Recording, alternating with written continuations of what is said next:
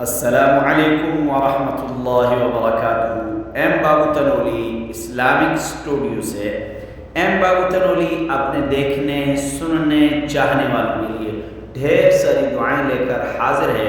اے رب کائنات، میرے دیکھنے سننے چاہنے والوں کو غیب کے خزانوں سے وسعت والا رزق عطا فرما۔ ایم بابو تنولی اسلامک اسٹوڈیو سے آپ کے لیے قرآنی تعلیمات، اسلامی تعلیمات، دینی تعلیمات لے کر بندہ ہر چیز حاضر ہوا کرتا ہے۔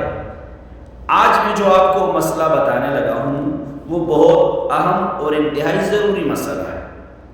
مسئلے کو آپ سمجھ لیجئے۔ مسئلہ یہ ہے کہ کیا بچہ پیدا ہونے کے بعد کتنے دن تک کے بعد ہم بستری عورت سے کی جا سکتی ہے؟ بچہ پیدا ہونے کے بعد کتنے دن کے بعد عورت سے ہم بستری کی جا سکتی ہے؟ تو اس مسئلے کو سمجھنے کے لیے آپ پہلے یہ مسئلہ سمجھ لیجئے کہ عورت کے شرمگاہ سے نکلنے والے خونوں کی قسم 3 ہیں۔ ایک خون ہوتا ہے حیض، مینسز، ماہواری، ٹھیک ہو گیا، جس کی زیادہ سے زیادہ مدت 10 دن، کم از کم مدت 3 دن۔ دوسرا خون ہوتا ہے نفاس، نفاس کی زیادہ سے زیادہ مدت 40 دن، کم سے کم مدت کوئی نہیں۔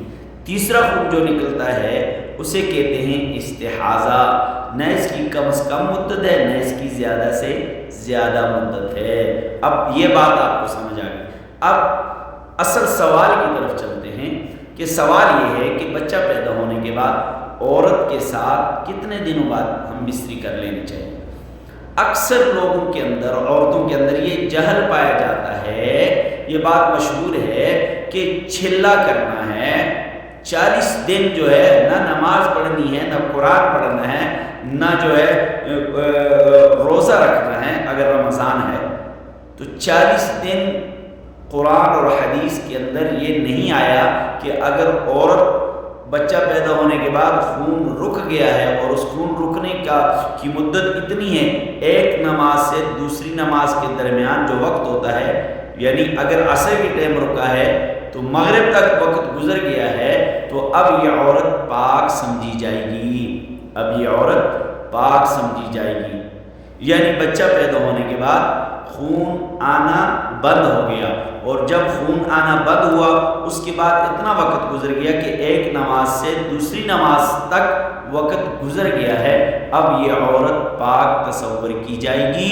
یہ عورت اگر روزہ ہے، رمضان مبارک کے مہینہ ہے، تو روزے بھی رکھے گی، نمازیں بھی پڑھے گی اور قرآن بھی پڑھ سکتی ہے۔ اور اینڈ پہ بتاتا چلوں، اس خون بند ہونے کے بعد عورت سے صحبت بھی کی جا سکتی ہے، عورت سے جماع بھی کیا جا سکتا ہے، ملا بھی جا سکتا ہے۔ امید ہے کہ آپ کو یہ مسئلہ سمجھ آ گیا ہوگا۔ السلام علیکم۔